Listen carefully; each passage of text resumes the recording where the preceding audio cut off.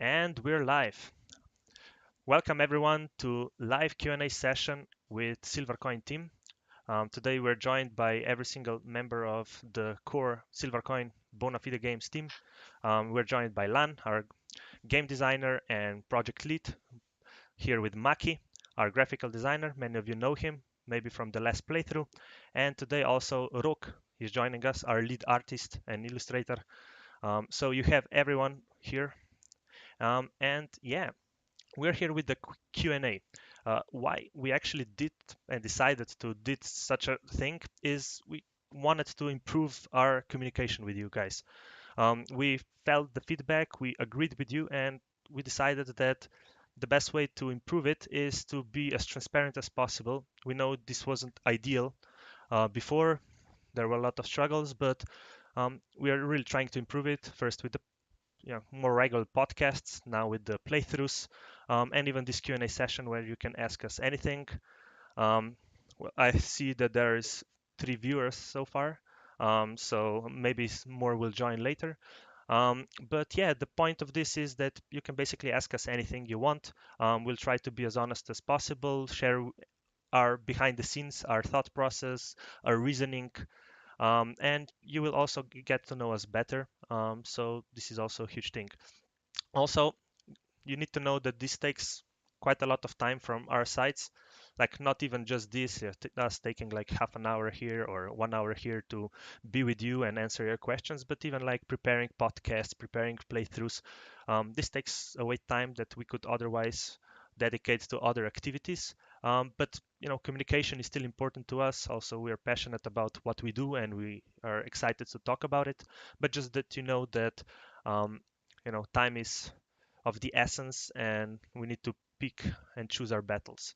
But yeah, without further ado, without me going full monologue style, let's welcome all of the other guys and we can maybe introduce ourselves like shortly, that you get to know us better, what we do in our private lives, what is our name, how old are we, etc. So basically just the basic information. So maybe Lan, as a game developer, as a game designer, project lead, would you mind starting?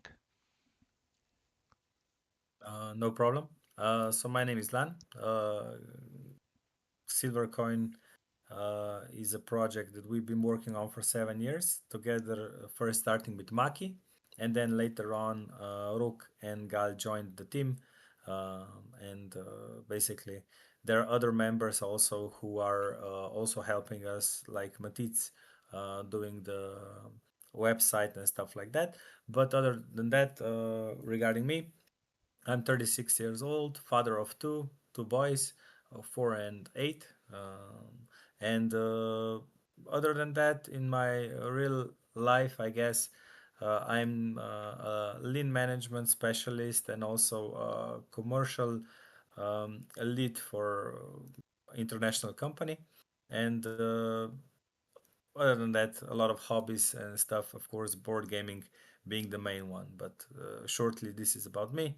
Also, in this period, building a house. This is also a major one. But yeah, that's enough about me. Cool. Maki, would you want to go next? Thank you, Lan. Sure. I'm Aki. I think I'm 33 years old, as far as I remember. I work as a quote unquote graphical designer.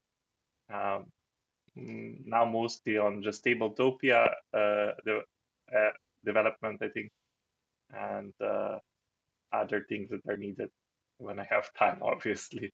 Uh, I work in a company that has quite a weird schedule. So I work 1 week afternoon, 1 week morning. So it's quite bothersome for me, I think. But other than that, I like Silver Coin. It's a cool game.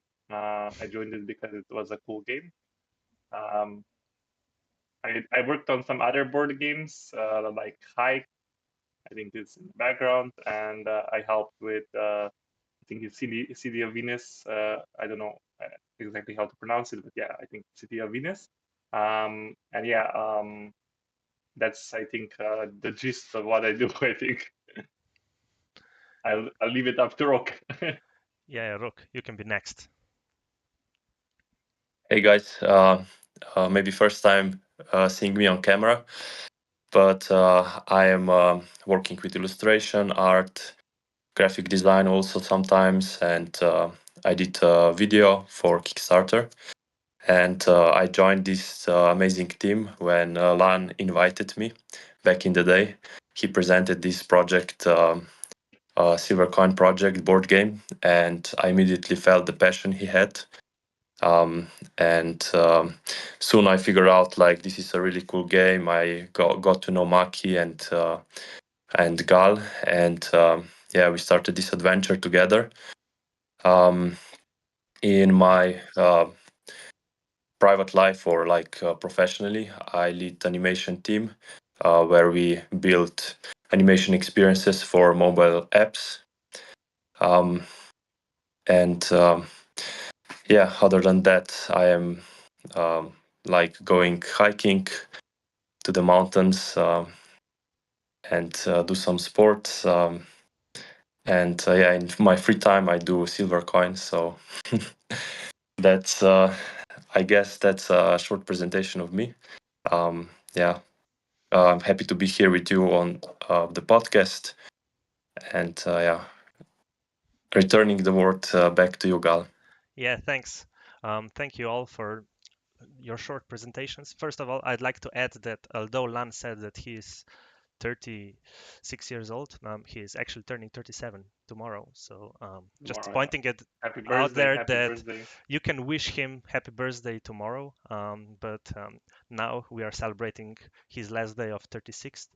But yeah. Doing some entrance already. Yeah. Now back to me. My name is Gal, as you all know, or if you don't, now you know.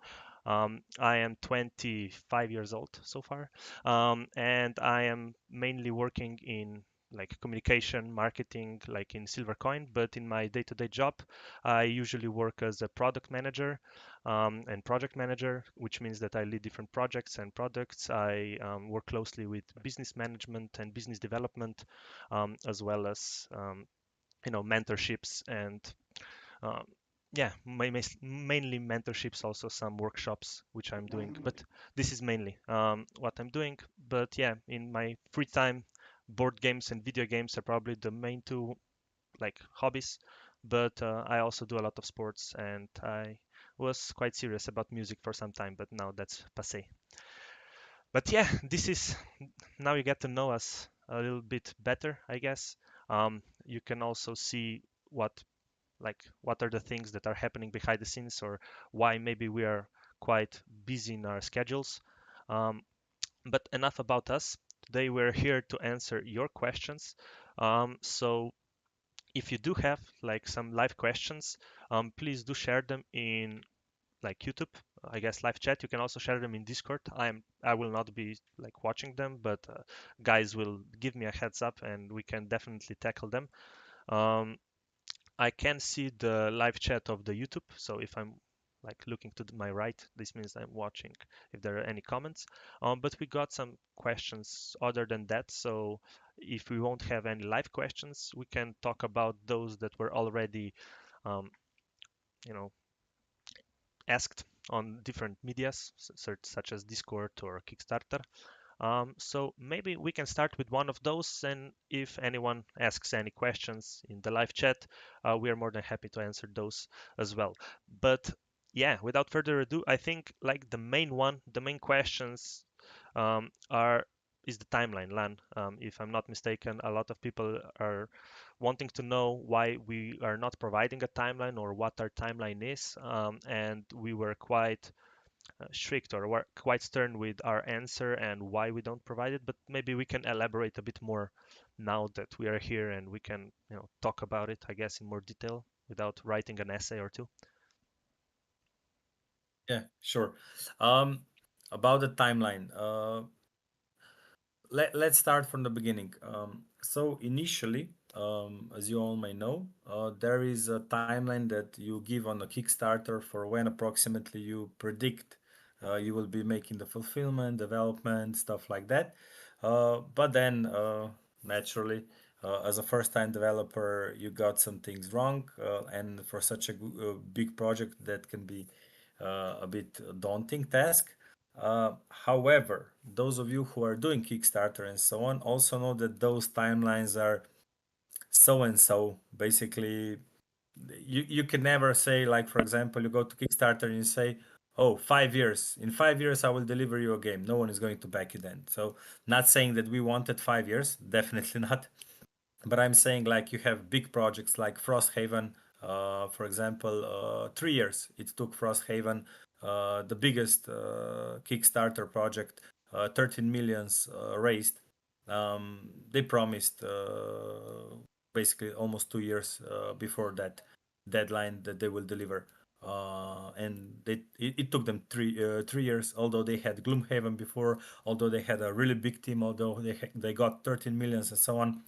So I'm just saying that basically those who are not experienced with Kickstarter and do not know how these things work actually are the only ones who are puzzled by such things.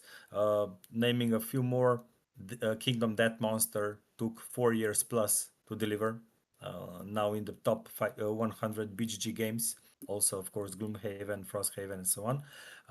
And another one, Aetherfields, a long time to deliver. Tainted Grail, long time to deliver. We're talking 3 years approximately for each of those. Seventh Citadel, and so on and so on. Those are all titles mostly in the top 100 games on BGGs, mostly from established companies, from people who are in this business. It's just a long process doing this. But saying all of that, basically we had an option to do it in approximately that time span if we would just do it half fast, if we would just develop what we still had to develop really fast, put some rule book out, put some scenario book out, leave the graphical design as it is, maybe made some small tweaks, we could have done it easily, not normally but easily. We could have done it in the timeline, which is basically last year November, I think, that this was basically initially planned. But in the middle of all of that, we saw that we don't want to do it like that, or I saw, like, let's say, like that. I saw that I don't want to do it like that, and the team agreed, and we wanted to basically create this game, not perfect, but basically we wanted to give it a proper development, a proper time it needed to get everything to the way that we like it and want it. And the reason for that were many. One of them was the French distribution, Legion, who was causing problems and still is causing problems about not fulfilling the French backers' pledge, um, which we are still in discussion with. But basically, that meant that we don't basically have uh, the deadline to send them the all the rule books and stuff like that, which means okay, we have more time in the middle of that and we will take that time. The second thing was basically that we knew that this is once in a lifetime thing.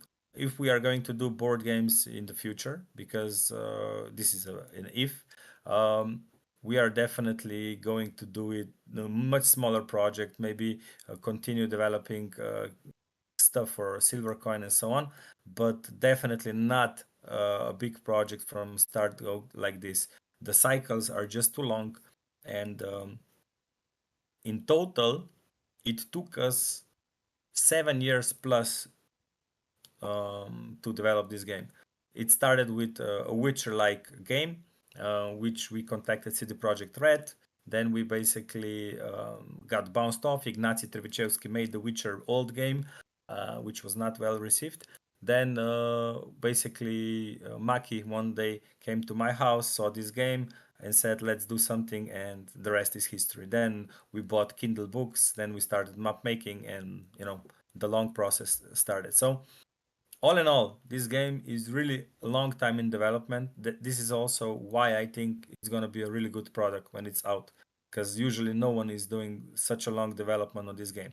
And of course, when I say it's 7 years, it's with a caveat because, of course, it's not our daytime job. We aren't doing Yeah. it every day. Yeah, we are basically what? We are basically doing it in our free times, and it's hurting our lives also. Yeah, I have two small kids and so on. But each week I'm taking quite a lot of time for this. Sometimes there are periods when this is less, but now definitely when we are in this last stretch before production, again, this is taking a lot of time. So sorry for the long context, I guess, but timeline wise, that's why we don't want to give the timeline because it is done what is done when everything is as we want it. Because if it says 3 years, 3 years, point 0.5, 4 years, wouldn't really matter. The end result is the same. We were late with the pledge, let's say like that, but the game was delivered in the end, and the game. The only thing that matters is in what condition is the game, how good is the game, and why would we not want to do it like that? Only because the team would not be up for that. Luckily, all four of us are up for that and are willing to sacrifice time and so on for this. We already got the funds. We could easily have finished and wrapped it all up. But we again, once again, regarding the timeline, 2026. This is like 100%. Unless someone dies, there are world wars starting and stuff like that to 2026. Of course, in 2025, even if tomorrow we send the option to production and so on, it's not going to be possible to distribute. But 2026, 100%, this needs to be delivered. And that is the timeline. When in 2026, when we have everything wrapped up. We are in the final phase before production, which is wrapping up the scenario book and rule book. In the meantime, we are taking the time to also playtest furthermore, do some little tweaks and stuff like that. But after that, basically, we are just going to wrap it up for production. And yeah, that's regarding the timeline. I was a bit long. I will try to be shorter on the next answers. Can I say something also here? Yeah, of course. Like you two I think guys can add any yeah, time if you feel like I think adding something. the problem that people don't see is that we don't. I think Lan pointed it out, but I'll just make it clear. We don't work on this full time. Like I know some other projects that are Kickstarter also don't, but at least they either have people. They hire people that are like we're not. Any of us are not hired by this. We're getting paid zero, nothing, right? None of us work, and that's a big deal, right? I think if we worked on this like a normal job, probably the timeline would have been done a long time ago, like Lance said. And I think the one problem I think we also made was we put a lot of scenario, which is a good thing, I think, but the scenarios are really difficult to. They really made it difficult for the project because each scenario is like I think a game of its own. It's not exactly a game of its own, but it's like 70% a game of its own.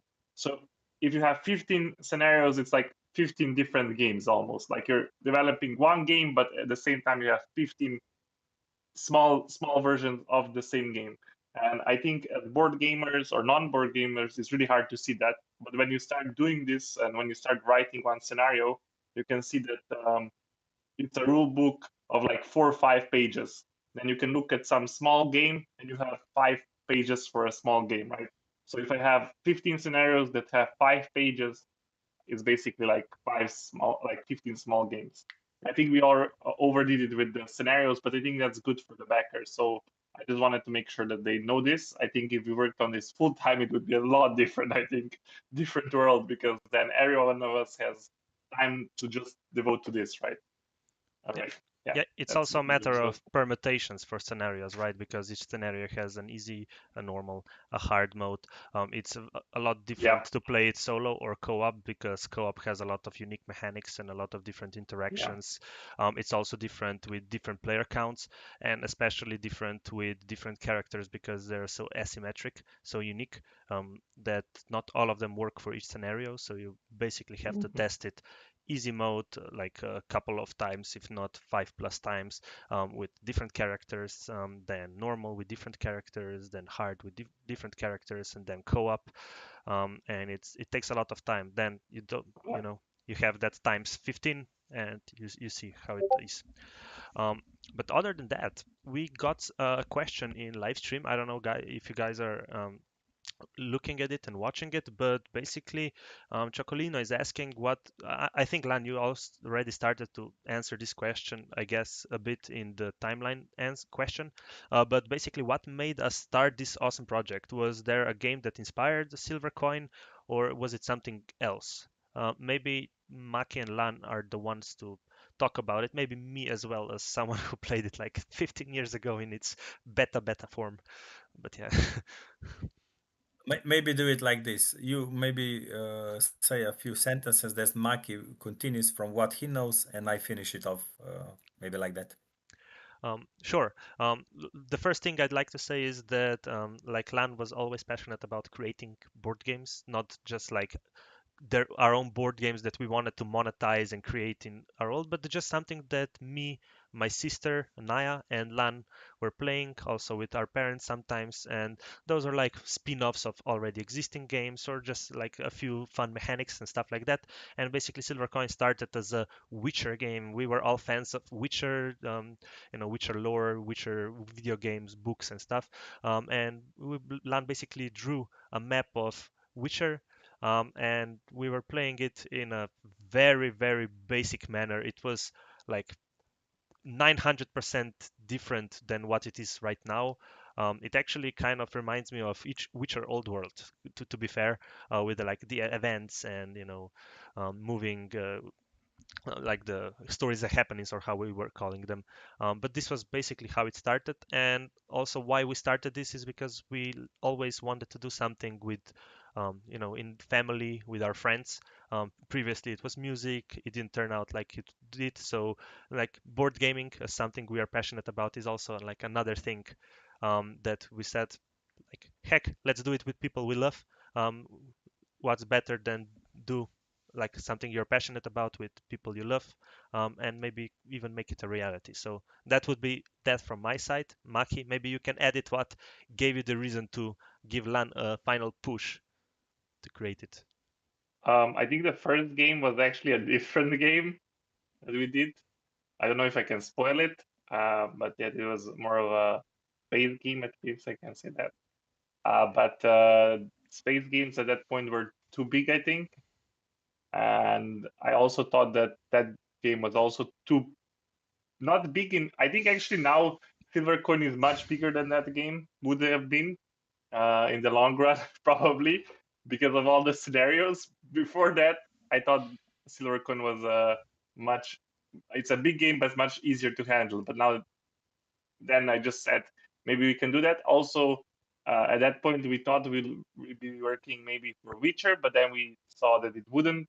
So we shifted and we made it more of a little bit different. I think Witcher is definitely Witcher-esque, but our hunters don't really is they're just there mostly are there for the coins. They're not there for the good deeds.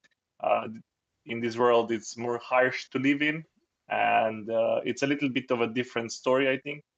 Um, at least I see it more of a dark themed, more cruel. It's really hard to live in this world. So I thought that would be a different story than Witcher, where it's one guy saving the good people. Here it's like multiple different people just doing it to survive, basically, mostly, right? Not all of them, but yeah, most of them do it. And that's, I think, a little bit different. And then the world is a little bit different.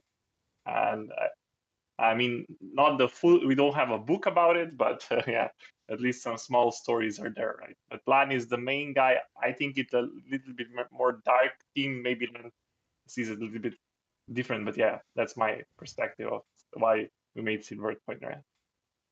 Age of Monster Hunters, of course, yeah. Yeah, the guys have said it. So yeah, I said it. It was long time ago, like 10, 15 years between that period when I contacted CD Projekt Red for creating the maybe the Witcher game, the board game, yeah, because I was into board gaming and they had a video game but no board games really to speak of much. But they were at the time in discussion with Ignacy Trevechevsky and the guy from CD Projekt Red told me that if Ignacy is going to need me, of course, that he will be very happy to. It was basically like politics talk, saying basically, sorry, Ignacy is a famous Polish designer. We are a Polish company, and you are a nobody, something like that. So I said, okay, then that's it. But then one day Maki comes, he sees the game.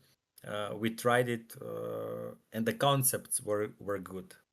The game was not good enough at that point, but it was not really developed. It was just a concept. Plus, you develop as a person, as a gamer, as you play more and more games. That's really important.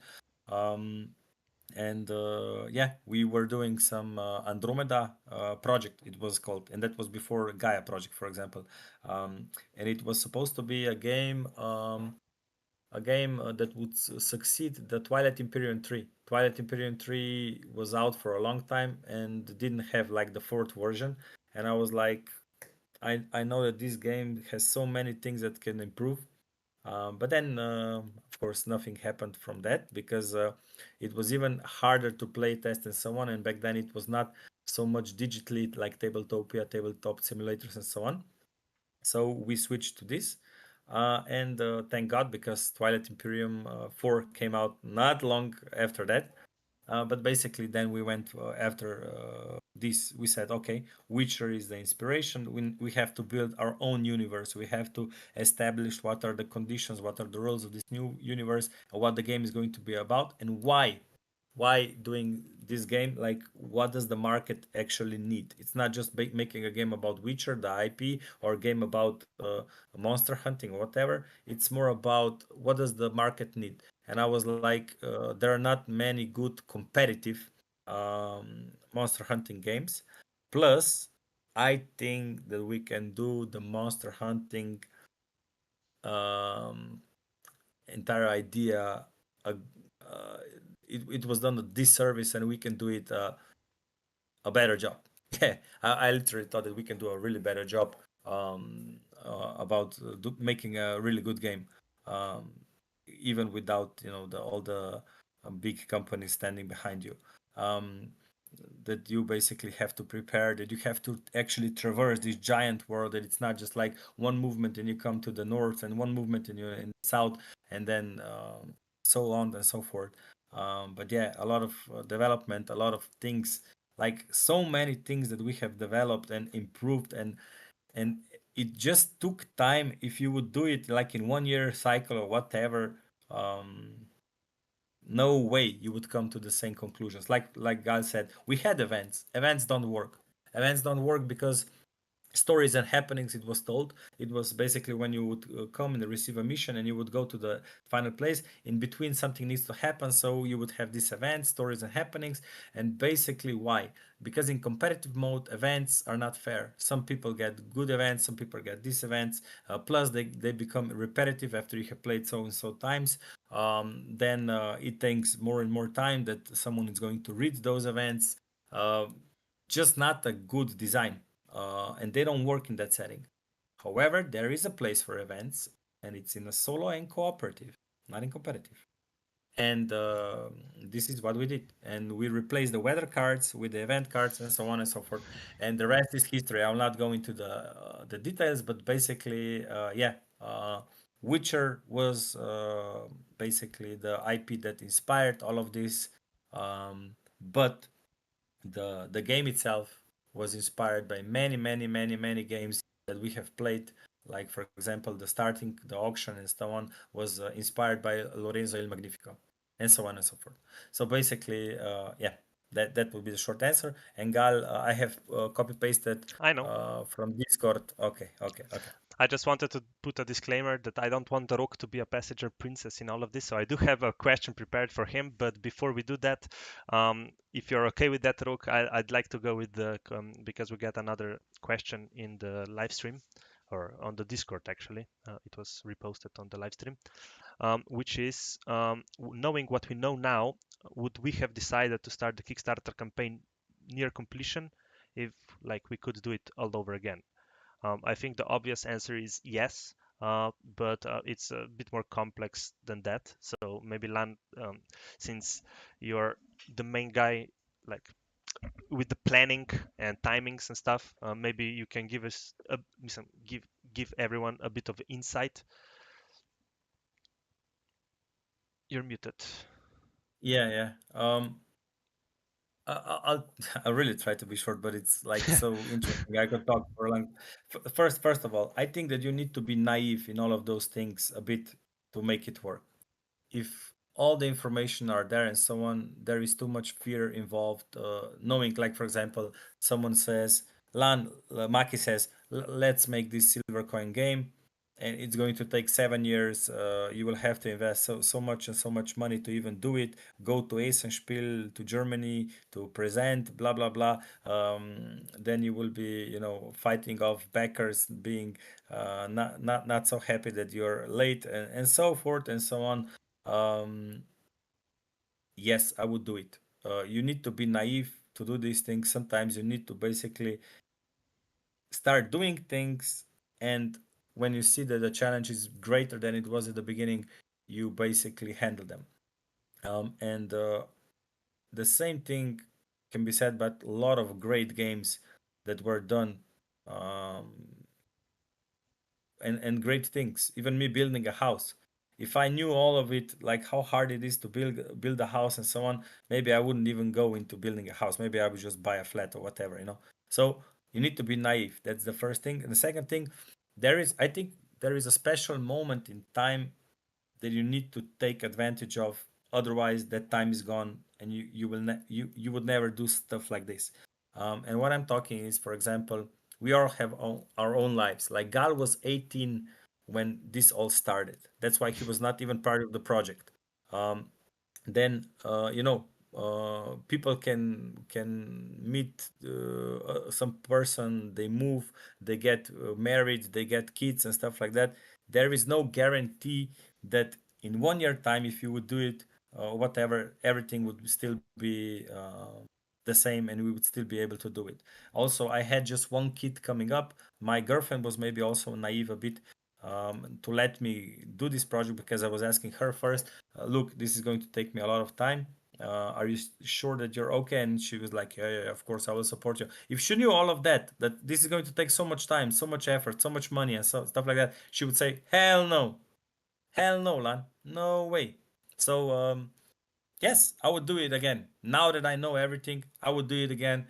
And I will be very, very happy when we are finished, because I will have a feeling that I have done to the best of my ability what I can. And I think that you guys also will have this feeling, and I think it will be a good feeling. Of course, we will have struggles along the way still, but in the end, the only thing that matters is that the people get the game and they play it and that they like it. I hopefully that they like it. I know that they will like it. Mostly they will like Oh, it. I think the Lan, you understood the question wrong. The question was basically not if you would do it again. The question was more, I mean, if you would start the Kickstarter near completion. So when the project was like, I don't know, 90% done, and then you would go do it. I don't know. I That was the understood question. it. That's what I Oh, said. That you need to be a bit naive, and you have to do it at the right time. If I would wait it for 1 year or whatever, then maybe it would all gone to shit. I was talking at the Essen Fair when we were there. I was talking with the designer of War of the Ring, the Italian guys from Ares, and they were telling me the same thing. There are two designers who made War of the Ring. Basically, they co-designed the game. If they didn't do it back then and didn't do it in the way that they did it, they probably would never have done the game. And the game is one of the greatest games out there. So yeah, I think that you need to be sometimes naive, and also you need to take a chance when you have the chance to do stuff. Otherwise, people get old, people move on, and yeah. Yeah, I think we all um, also. Oh, Rok, yeah, you go on. Yeah, if I can add something to this, um, we also need, like, maybe one part of the question was also like, if we did the game to 90%, which is like almost finished, um, like we also need confirmation from you guys that you want this concept. Of course, we did our best to develop the game to build the most amazing graphics, rules, everything. But then we also needed confirmation from you guys that you want this game. Because if we did this just for ourselves, this would be much different. And, we wouldn't do such a game for ourselves because we need production. And, it's different. It's like we all work together. We need you guys to show us the interest, and then we build this for you, and together we make this project happen. And actually, in like Lan also explained before, we in a way we were at 90% when we went on Kickstarter, but then we realized we can push more, like we can do even better, like we can do even more polishing, go like take a bit more time, like Lan explained, to what reasons, and do even better job, to be even more proud, and to know that when you guys get the game in your hands, this is some legacy that we will leave behind. So yeah, that's also one aspect of maybe of your question that hopefully you got a bit more context about it. So yeah, it's but definitely it's a very big project, a very complex project, and yeah. Yeah, Can I say something here? yeah, sure. I want to say that it's really hard to make a Kickstarter near completion, except if you're a company, I think, or you have some either some backer, like a big game player behind the company. Let's say we had, I don't know, Fanta sponsor us, just an example. It's a lot easier then, because then you have someone who's investing in this project, and you can do it in a secret lab, not showing it to the world, and then you come maybe, I don't know, 3 months before ASIN. It's perfect. You come 3 months before ASIN, you put your project out there, so people start seeing it. You go on ASIN, you present it, and then you open the campaign on that day on ASIN, right? Or some big event in America or somewhere else that's like for board games, right? That would be the smartest choice probably. But you need, I think it's really hard, except if you're like really young, or that you can do some. And the big project is this, it's really hard to have 90%. We were on ASIN and we saw some projects were very not completed. I think it was Total War Rome or something that just had like some figures. It was still in basic development, and they had big backers, I think, behind them, as far as I remember. And then there were projects which were almost completed and they were there. But it's really hard without someone backing you up. But it would be easier, yes, of course, because then you have someone. And you can't really do it without like going to Kickstarter. Let's say we made this project without any support. We came to Kickstarter, let's say 30, 40 days before, and we did this for 3 years. I don't know, 4 years behind the scenes, just focusing on it, for example. And then we came to Kickstarter or to ASIN, and no one liked it, and no one supported it, no one backed us. And then we wasted all this time to go to 90%, and then no one backed it, or like really little backing, and the project didn't succeed. So I think it's really impossible without having someone to be there to show you that this project is a little worth it, right? It's something that is worth doing it, right? From my perspective, that's my own perspective. Yeah. I'll just add the last thing. I know we had a long like answer to this question, but basically I think we all believe that it was like 95% done when we went to Kickstarter. But then, as complex as it is, there is a lot of things, like we had to be a voice of reason a lot of times, because there were so many ideas. So guys, we can fix this, hey, maybe we can redo all the improvement cards in a better way. And we're like, okay, wait a second, like we already bagged this. Let's give it let's give it time. Maybe this is like a great idea for the second edition, but first our priority is to like put this game out. But it's always a double-edged sword, because this is a lifelong project, and because it's a lifelong project, we all want it to be as best as it can. So when there is such an ideas, we will always see what the balance is here. Do we want to invest more time, more resources here to add them to the game? Hence, for example, the revamp of the recent improvement cards, because we saw that there was we needed that kind of revamp because it's going to make a game better. And at this stage and at this time, this is worth it, right? Because we saw, but like redesigning such a thing because we see that they might be done better and stuff like that. Um, not there's not a time for everything. And the second thing is that I think like the biggest regret that we will have is that this post campaign is as long as it is. Like obviously it's a lifelong project and we want it to be as good as it is, so hence we are taking as much time as we can.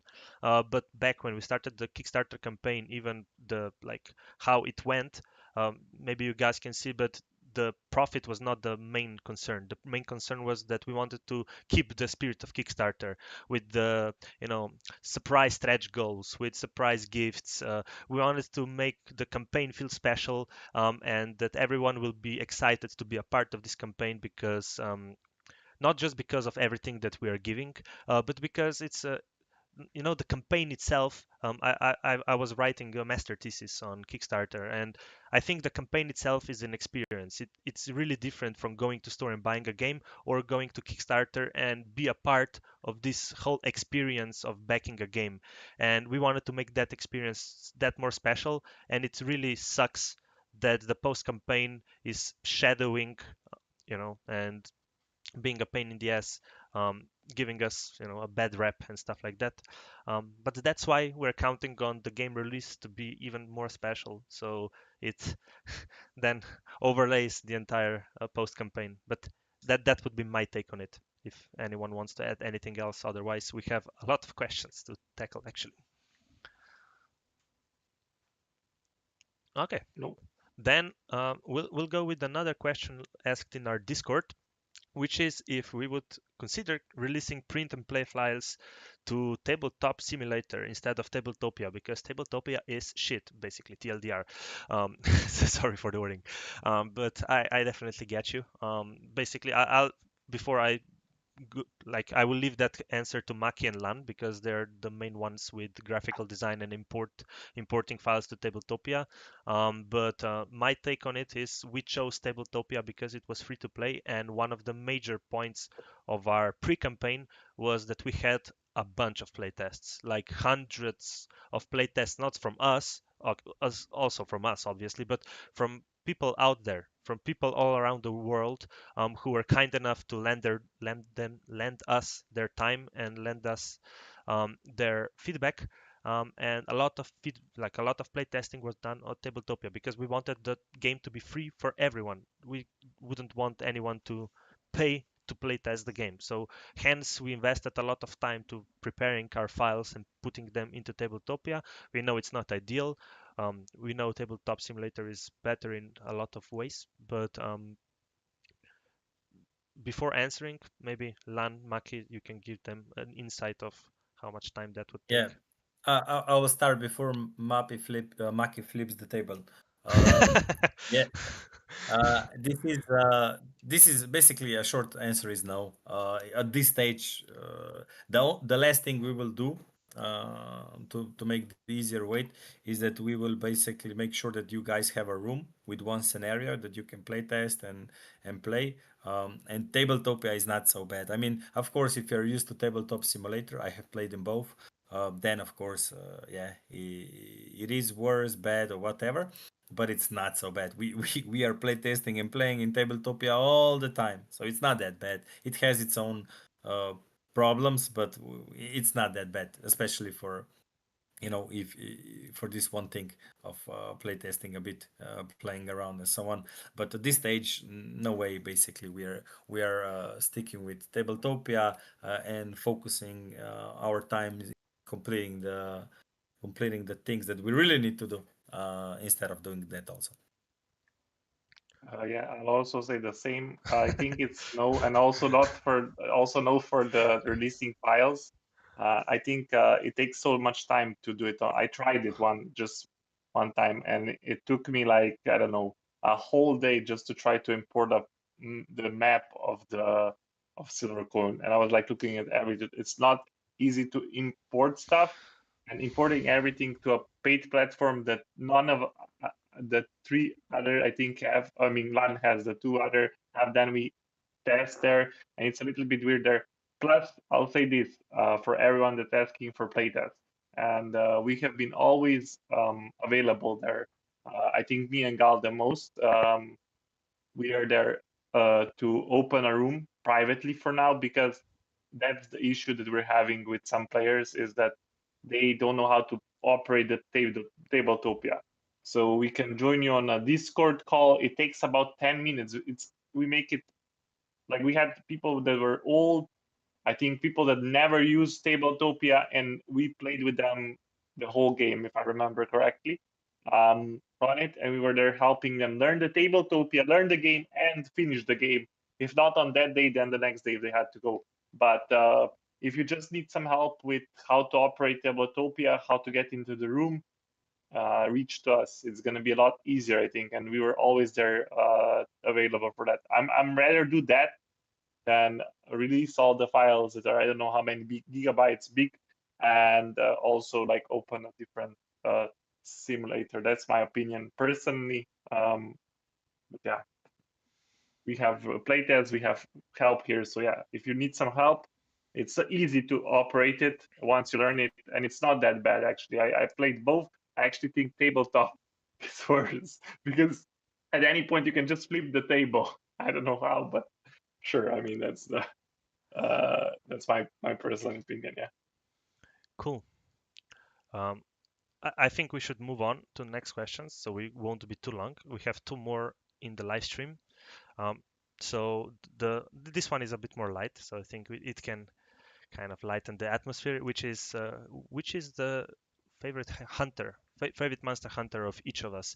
Me and Lan already talked about that in the podcast, so maybe Maki, you can start with your favorite hunter, which I can never play. Me, I think it's hard to choose, but I would say probably Chronomancer. I think that's my favorite. Uh, Probably, or Necromancer, but I don't know which to pick. But I'll go with Chronomancer. Why? Because the concept is really cool, but I don't think it's beginner friendly. Definitely not. If I was a beginner, then it would be the Natural Chaos or Rider would be, or maybe Seeker. Those three would be the most coolest. But for me personally, with much game knowledge, it's Chronomancer, because of all the time manipulation. Because basically you can a little. It's like a little bit of a cheat, like cheating character, not like in sense of like breaking, like cheating, but like breaking some rules of the game and looking and manipulating time in a sense that makes it really cool for me. And the abilities are quite cool for me personally, and it's a difficult character to win, even though I won last time. So, but yeah, that's my opinion on my favorite character. Yeah, Nice. Rogue, and do you he want looks cool. So yeah. that as well? Rogue, do you want to go next? I know you haven't played the game as much as we did, but maybe you can also judge based on art that you provided for them, or maybe gameplay mechanics. Both work. Yeah, actually, yeah, good point. I'm not so involved in the testing, but like conceptually, I like the most Shapeshifter because you play the monsters and then you can transform into them. And when you attack new monsters, you can attack as the monsters that you've defeated before. And that's a really cool mechanic to me. But actually, I really love all the characters. They're so different. Each of them has like totally unique mechanics, so it's almost like a new experience. Sometimes one character like fighter has a lot with dice. I don't know, natural chaos can build teleports around the map. Seeker, for example, have special pets that he can do shortcuts on the map, etc., etc. So it's like all of them are really cool because they are so different from one another. But yeah, I really like the shapeshifter, I guess, for this concept. Okay. I can continue. Like, I know what Lan's answer was and what probably still is. So I'll say the same thing, that it depends from situation to situation. But now to give you a proper answer, I think Spellblade and Necromancer are the most fun for me. They are like such cool characters, both in the design and how they play. If I had to choose one, it would probably be Necromancer. I just love that character. It's so fun and unique. Um, what about you, Lan? Yeah, we discussed it on podcast, but basically, there are so many. I don't want Choose to one. play the Choose one. same. Yeah. I don't want to play the same character like all the time. I like to play them differently. Plus, they were created with different ideas in mind. Like if you're a really hardcore board gamers, which we are playing, hardcore games like Twilight Imperium, Through the Ages, and stuff like that, then you kind of gravitate more towards those more complex characters that let you do fancy stuff like chronomancer, or in this case shapeshifter, or you know necromancer. So I guess, but sometimes I just like because I don't know, you're maybe tired a bit, or maybe you're just not that day into those things, and you just like to go into the more simplistic characters which have their own tweaks and stuff like that, like seeker, or Rock was mentioning mercenary character, or those type of things. So I don't know. I like Berserker a lot because of the scenario with it. That's also, but maybe not for competitive. Maybe just like in general, I like her as a character. So my favorite one, I don't know, on a Seeker. different day. Yeah, I don't know if Seeker is my favorite, but I just like them to switch. Like I don't have the favorite character. I guess. Sorry. Yeah. Cool. Now back to serious questions about the Thomine asked if we plan to deliver English and French versions at the same time. I think if I can start answering this question, I think the answer is ideally yes, because we have to plan production for both simultaneously. Because I don't know if you all know this, but basically, the more copies that you print at the same time, the cheaper it is to produce one, right? So it reduces the cost of one copy. So printing all the French files together with English files is definitely something that would lower the cost and would be ideal. So it would also mean logistics. But as something that we haven't really talked about as much, Lan mentioned it a bit previously, is that we are having problems with our French distribution partner. Currently, we do have a contract signed with them, so it should be all good, but they are having some financial problems, which means that we might have to seek alternatives to print French versions. And if this is something that might take longer periods of time, that we might go with English version first and printing French later, as we find a solution for that. But either way, we will find a solution for all the French backers. Um, if you wanted to add something, Glenn. No, basically, the story is kind of like this. Mob Vanguard is the company that contacted us about getting the other companies for language distribution. They got Legion from France that they basically decided to distribute French versions in Canada, France, and so on. Um, we signed the contract and so on, and then soon after Kickstarter, like 6 months to 1 year after Kickstarters, they were starting to have some financial problems, or rather, their owner started having some dodgy words and stuff like that. So I rather not speak about those things because they have obligation, legal obligation to do the things that they need to do. But just in case, we are making plan B, plan C, to try to fix the situation if Legion distribution don't stick to their end of the agreement that they have signed. But that's that's uh, that's a topic for when we enter the production. That's going to be last call for Legion to basically answer that call. But yeah, we're gonna find a solution for that. And ideally, of course, we would distribute both copies at the same time.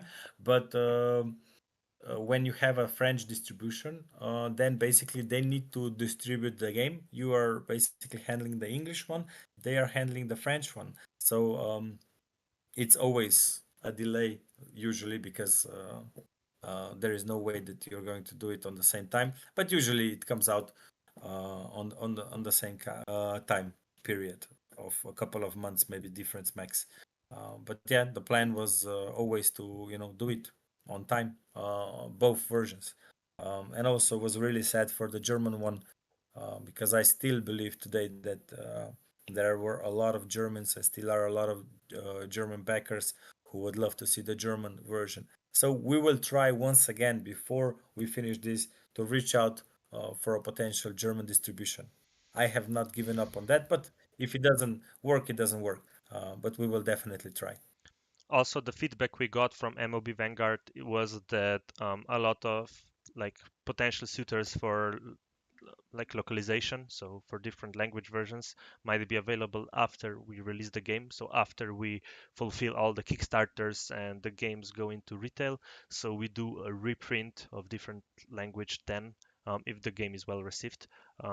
So there will be a lot of opportunities for other languages as well, if of course the game is good enough, which I hope it will be. Okay, did you guys wanted to add anything else? I know this was a more of a technical questions, which me and Lan know more about, but still, if you want to add something. Okay. No. Then we go to another question, which is connected to this, which is if, like, considering we are from Slovenia, if we plan to do a Slovenian version or a Slovenian rulebook.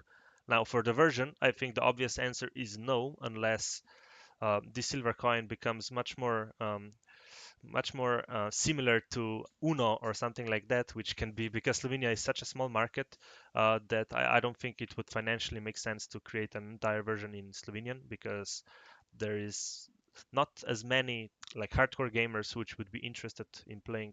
Like, even there are a lot, but like not all of them will be open to playing silver coin or buying it. So we won't be selling like 1,000 copies or 2,000 copies in Slovenia alone. I think so, at least. So until then, probably no. As for the rulebook, I don't know, maybe. I want my parents to play it, and I know my father is not as fluent as English as I want him to be. So maybe just for him, I'd be willing to invest my time to just translate it, even if in PDF version or a Word version, for all I care. But I don't know, Lan, do you have a take on it? No, I don't even think that our backers care unless the Slovenian backers want to play in Slovenian. I have many English games. I have no problems with that. Like I have no problems with being it in English, but in Slovenian maybe rulebook PDF. But cards, making cards in Slovenian, heck no, probably. So yeah. Anyway, uh, yeah, Slovenian version. I don't Yeah. think so. Yeah, the thing is the people who play these kinds of game all speak English, because there are no Slovenian versions of big box games, at least not I don't think so, right, Lan?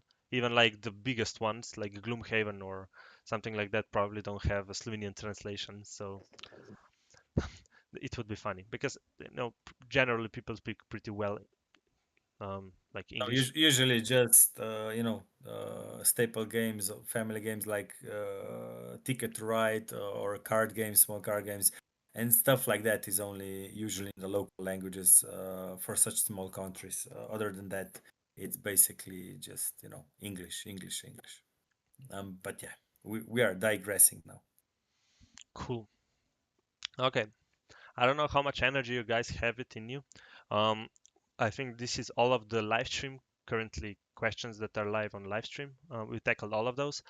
We do still have some that are in the bank from the Kickstarter and from the Discord previously. Basically, most frequently asked questions. We can like tackle one or two of those still, but I don't want this session to be too long.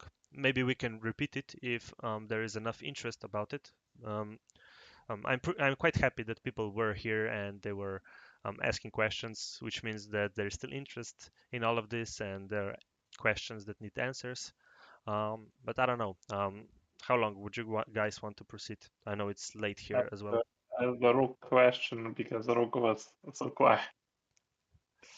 Yeah, maybe Rook, you can answer what are the things and steps that we are working on now, or what is your biggest project right now that you're working in terms of Silvercoin, which will give audience a bit of insight of what we are currently working on and how big of a task this is. Yeah, I'm happy to tell a bit about that. So at the moment, the biggest thing is a scenario book, and basically it's taking all of the scenario rules and everything you need to get immersed into them into a good presentation. So we're thinking how to present it so it's clear, and most of that is done by Gal and Lan. And then, of course, one important thing is how to make this visually clear and interesting, so that when you get this into your hands, you're not bombarded with million information on one page and you don't know where to look, and maybe it's hard to read or everything is just wall of text, which is very boring. Um, so the goal for scenario book is to be very beautiful. Like we spent quite a lot of time on titles, um, and yeah, I'm looking at what kind of art to also add in the, like maybe at each of the scenarios, so it's more immersive. Like you can immerse more into the story, but it's like super exciting because we have, for each scenario there is a story that pulls you into the um situation. So it's yeah, it's very exciting. I don't know what else to add. In a way, it's also a lot of technical stuff. Preparing all of the titles to be the same, to have the same rules, so it's clear for you when you go to different scenarios. You see immediately, like where you should look for example, for if you play easy, medium, and hard version, you quickly find the data that you need. You don't need to go through all of the text. Um, and yeah, so trying to make it as practical for you and beautiful. And yeah, I think that's all I have to say about this. Yeah, we actually collaborate with the whole team. They give me some good feedback because they have a lot of experience with different games, a bit more than I do. So yeah, we also bring our strength together when needed. But yeah, shortly, that's it. What's my current biggest project? Okay, Lan, do you want to add something, or was it No, just summarized that enough? there's a lot of shitty rules on the market of board games. We don't want to be one of them. Of course, it could happen in the end, but basically, really, the standard for rules and rule books and scenario books in the industry is really low, really low. In the way it's graphically done, artistically done, lean management done. Some are better, some are worse, but we are talking about companies here that are basically behind it all.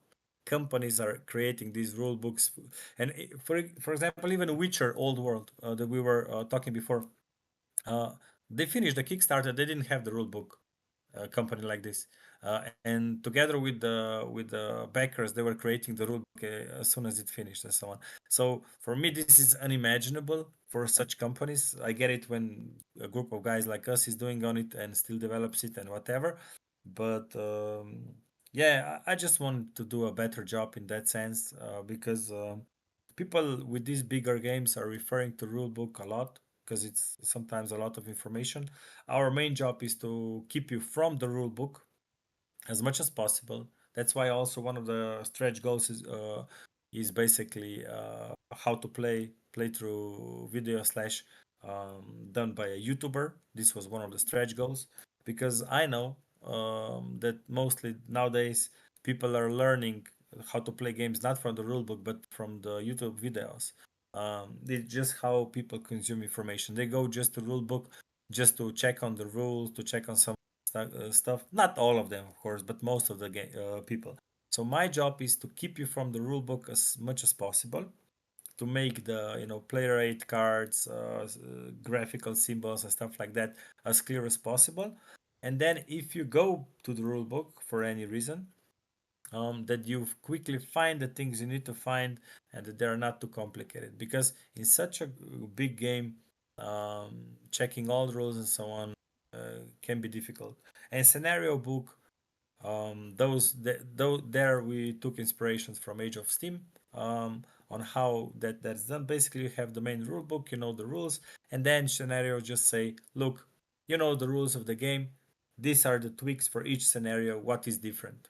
Just read these few differences, and you know how to play the scenario. And basically, then yeah, same thing.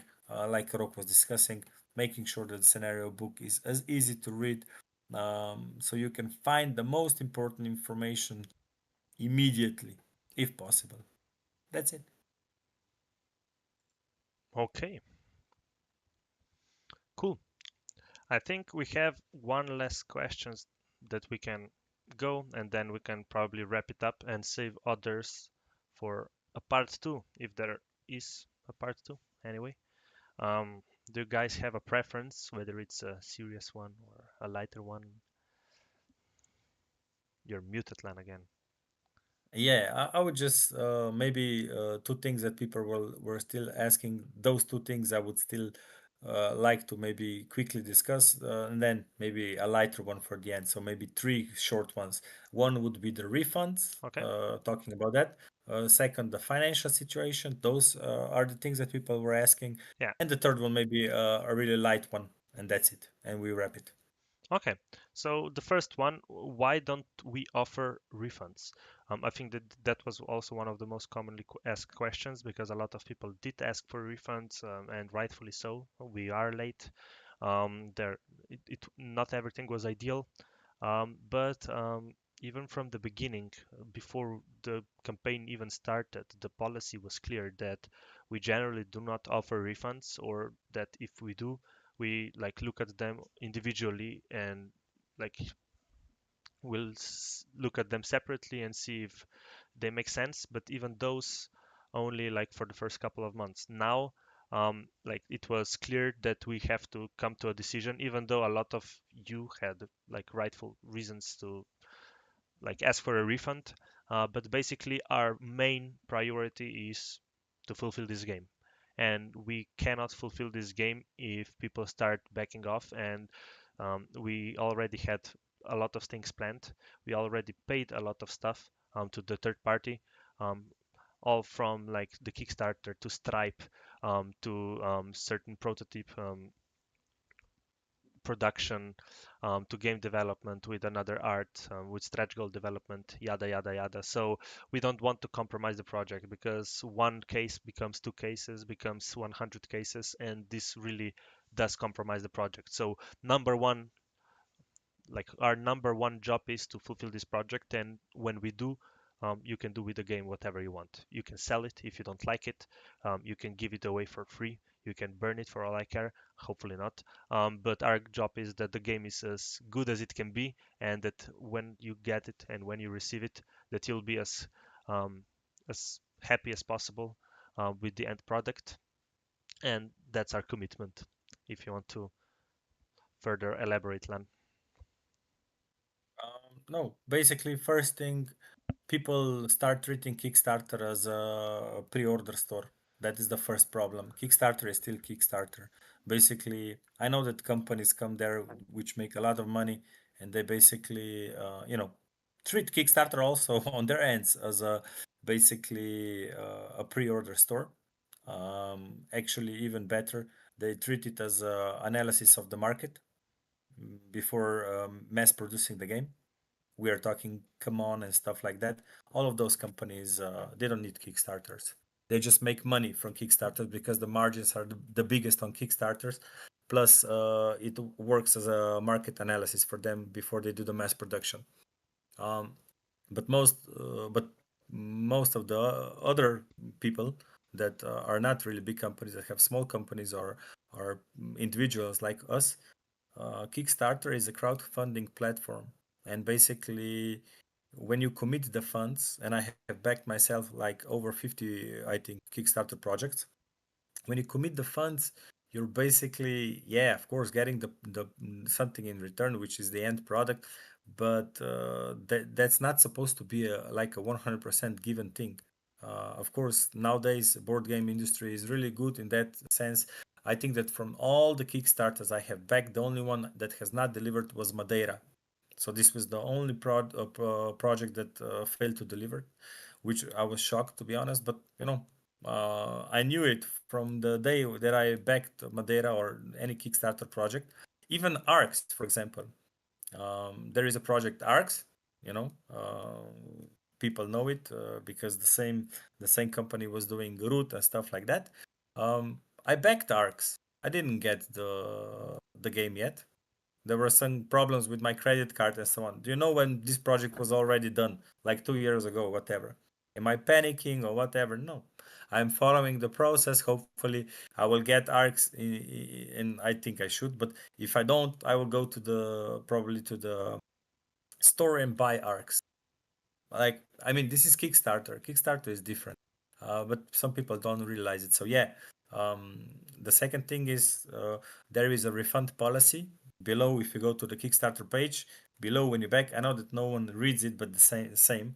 Like, there is a refund policy, a general refund policy, which says that basically that people do not, or companies do not offer refunds unless they're not able to deliver the project. And as far as I know, we are still on track to deliver the project.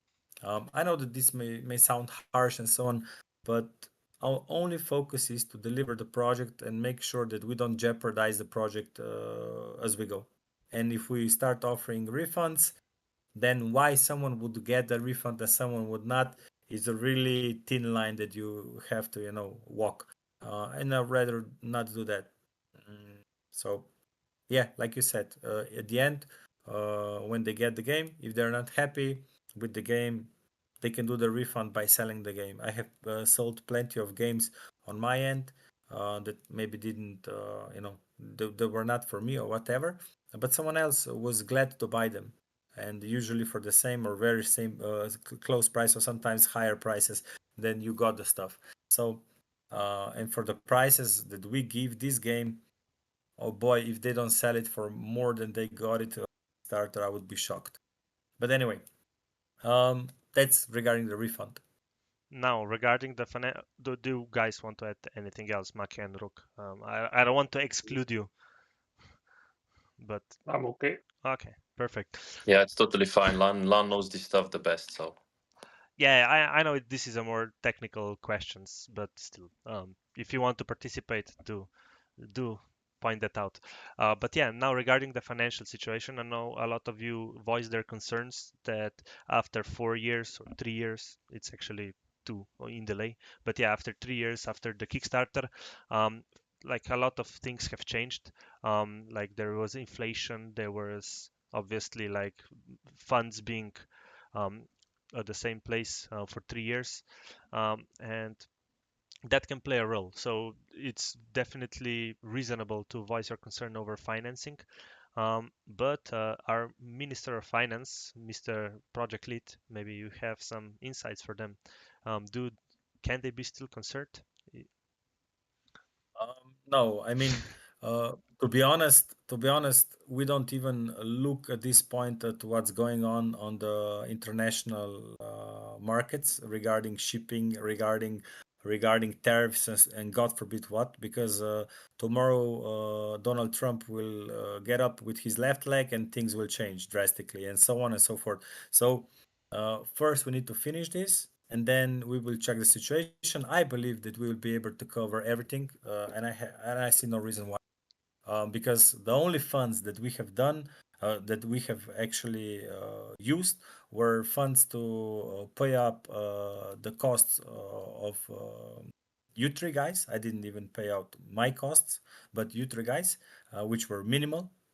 We are talking a couple of thousands of euros, and that's it. The rest was basically to finish the stretch goals, like the 3D minis and stuff like that, which is again we're talking max couple of thousand euros for that, or dollars if you wish.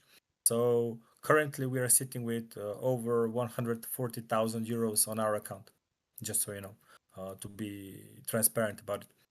And we will after before we go to the production, we will once again open our Late pledge pledges. manager. Yeah, let pledges and see basically if still someone wants to jump abroad or change the pledges and so on. Then we will close it. Then we will basically have this. We will have to talk to distributions again regarding the French version and stuff like that, about the Chinese production, that they will tell us the final prices and then the shipping and stuff like that, and then we will see where we are at. If we would worry about tariffs, about inflations and stuff like that, we would get to nowhere. But the benefit that I see is that we are not looking for profit. We are basically looking to finish the project, and we see that if a game is a really good game and people like it, we will be able to make money later. If, but this was never the goal. This was never the point. The point was to make an awesome game, so that you can have something to be proud of in your later life. Of course, then if you can also live from that and make money, amazing.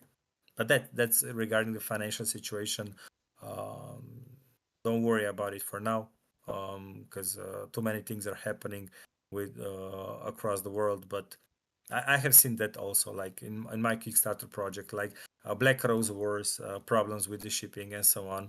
Midara, problems with shipping and stuff like that, and all overall costs and stuff like that. And Darkest Dungeon, people know that they had problems and so on. Like big companies had a lot of problems because they were financially, I don't know, had different models, but also the main difference is that the only bill that we keep paying each month is the bill for Accounting. accounting.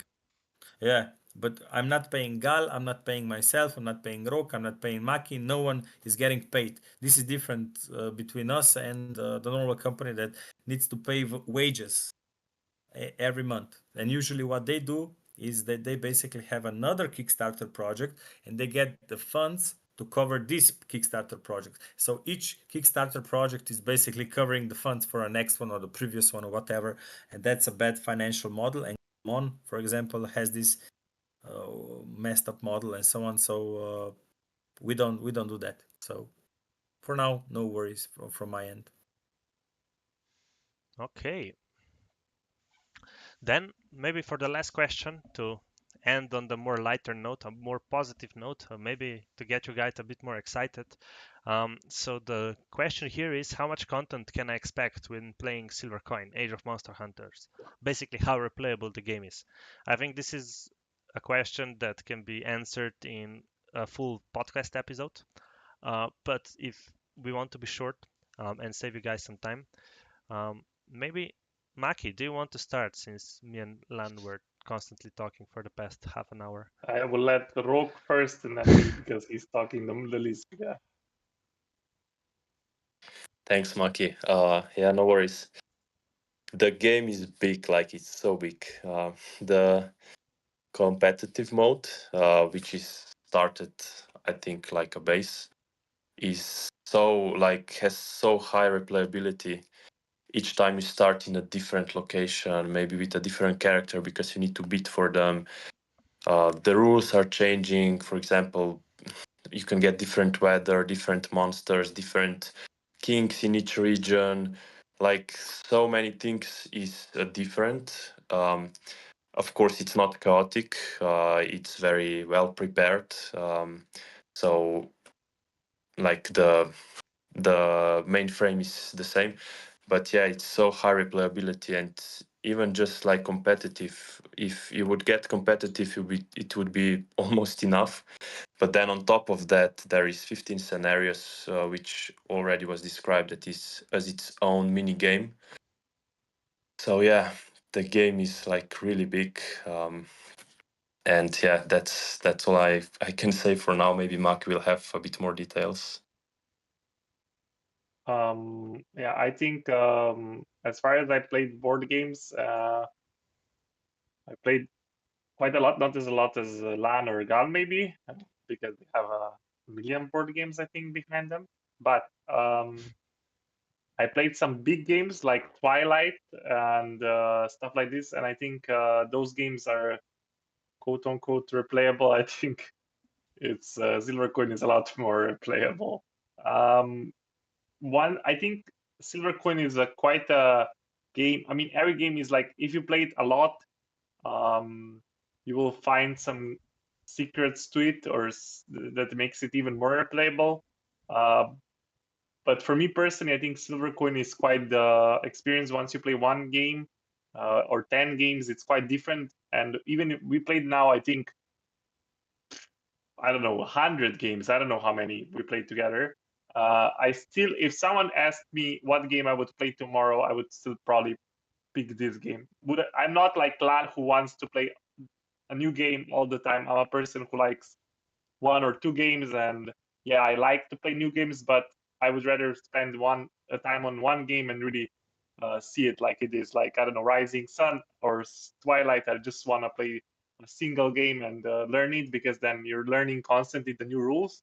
But I think Silver Coin is quite replayable because all the monster hunters you have, I think, how many? 10? I don't know. I forgot. 9.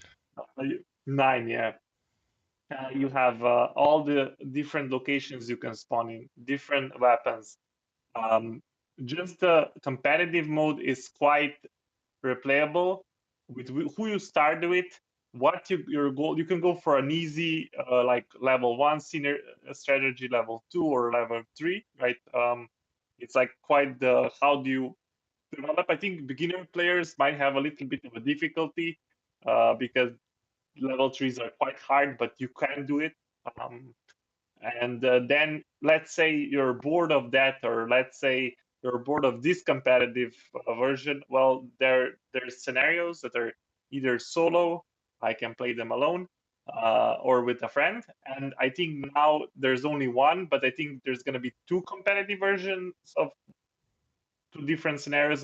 If I'm not mistaken, if not one, but Lan can fix me there. But another one is competitive. So there's two different versions of competitive from scenarios, and they're quite different. One is more Witcher-esque, where you find one monster. When this is more who gets the most coins. There is like the who finds the monster the first, right, and who kills it the first and discovers it and stuff.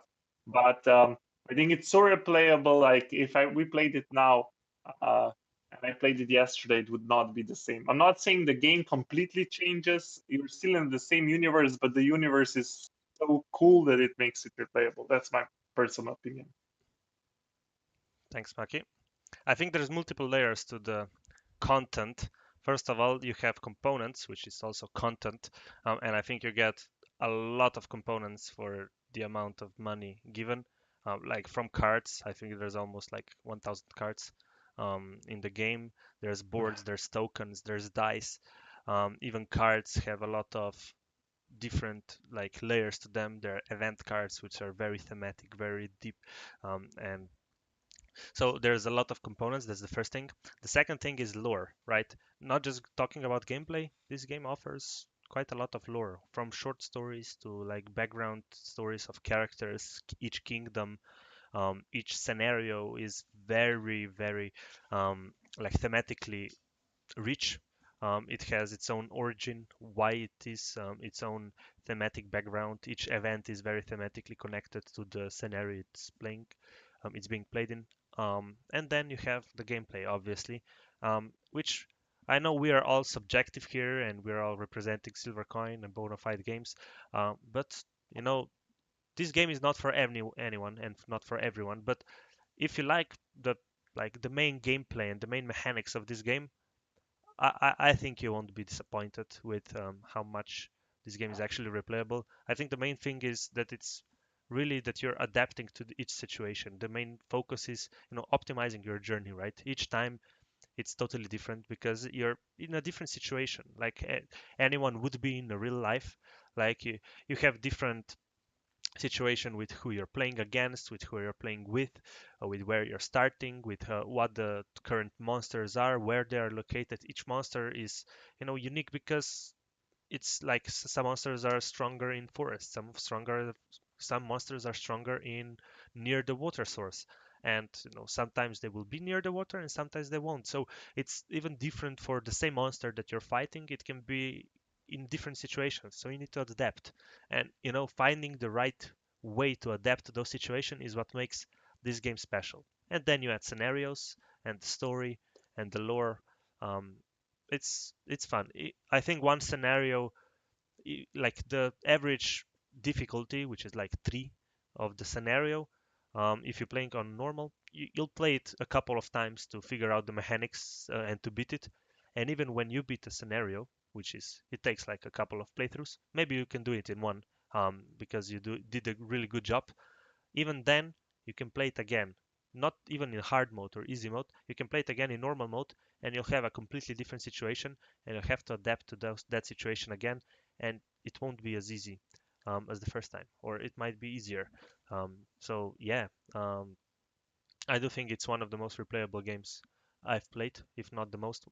As someone who enjoys playing new games, I've played tested this 200 plus times, if not more. And I have to say that I'm still very excited to play it again and again.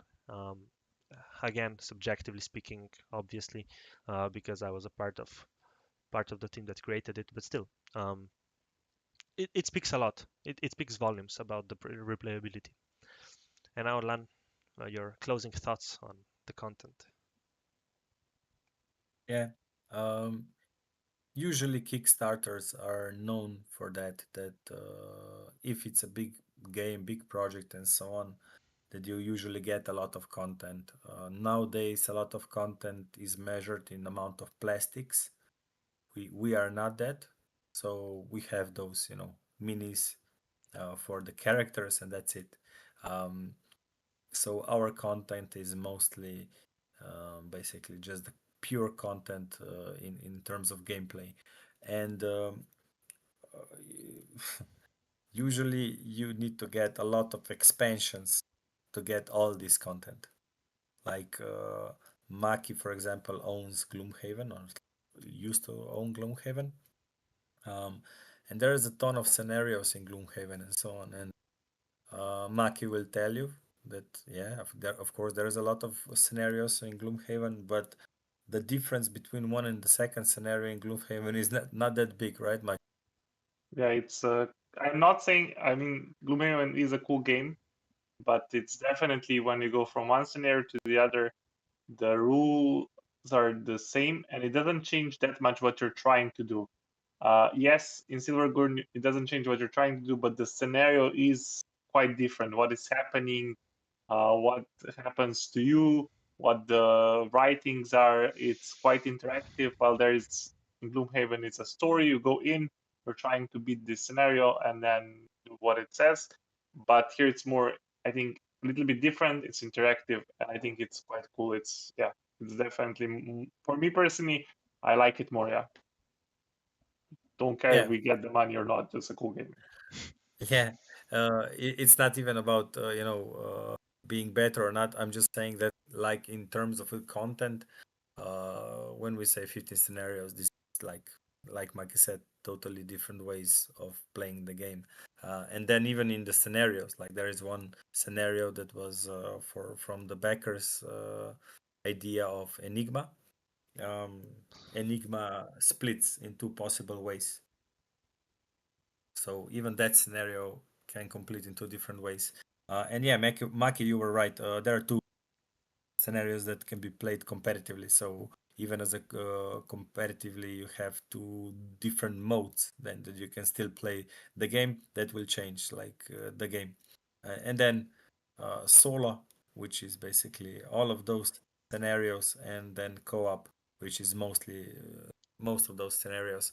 But yeah, in terms of content, I'm not worried. Like when developing the game and so on, we worried about time wise or components wise. If it's too big, too long, we had to develop those things. We had to manage those problems. Replayability and amount of content that you get is not one of those problems. Is one of the things that we are proud of, and yeah, you can have this as a live game. You will you can play it till the end, and I just don't see it how you can get bored of it. Just not, no way. Like one of those staple games that it's not like that, even if you play to that. So yeah. Okay, perfect. I hope this gets you excited. Um, so to end on a positive note, with that, I think we can start concluding this Q&A session. It's lasted an hour and a half, so a bit longer than we anticipated. I would like to thank everyone that participated, that watched us, that provided us with questions. We loved answering them. And do give us feedback if you want another version of Q&A. Um, so without further ado, I'd like to invite you all to like watch the playthrough if you're interested about it. It just dropped last week with the playthrough of the scenario called Black Death, one of the more thematic and one of the harder scenarios. And I think we did a pretty good job, Maki. It's definitely a fun scenario to play. So do give it a look. You'll see how it plays. We are thinking about doing maybe a competitive playthrough or at least like watch and play so you can see how the competitive is played. But before that, you can expect another podcast episode. We got some cool suggestions um, for the topics, so we'll maybe tackle one of those. So follow the YouTube if you haven't already, because you'll be notified when the podcast drops. Otherwise, we'll let you know in the Discord and obviously in the next update, which is probably going to drop in late November. And that is it. Do you guys have any final remarks? Otherwise, I'll stop the stream and um, yeah, go to sleep shortly. Yeah. Take care, guys. Thanks for those who were watching or are going to be watching. We did this because this was a request, but we said that also that if there is not going to be a lot of engagement, we probably were not going to do that. I'm happy that there was some, but of course, I think that in general, it's better for us to focus on getting this thing wrapped up. And basically, thanks for sticking around, and you have a lot of other things to do than to follow a project that is not completed yet. Me myself as a backer of 50 projects, um, I didn't follow much of those projects. When they come to my door, they came to my door. That's the extent of most of the projects that I followed. And I'm a really heavy board gamer. I really like Kickstarter and so on, but you just have your own life, your own things that you focus on, and so hats off to those of you following this. So yeah, Yeah, thank you again from my side and take care. See you guys next week with the podcast, probably. So, bye.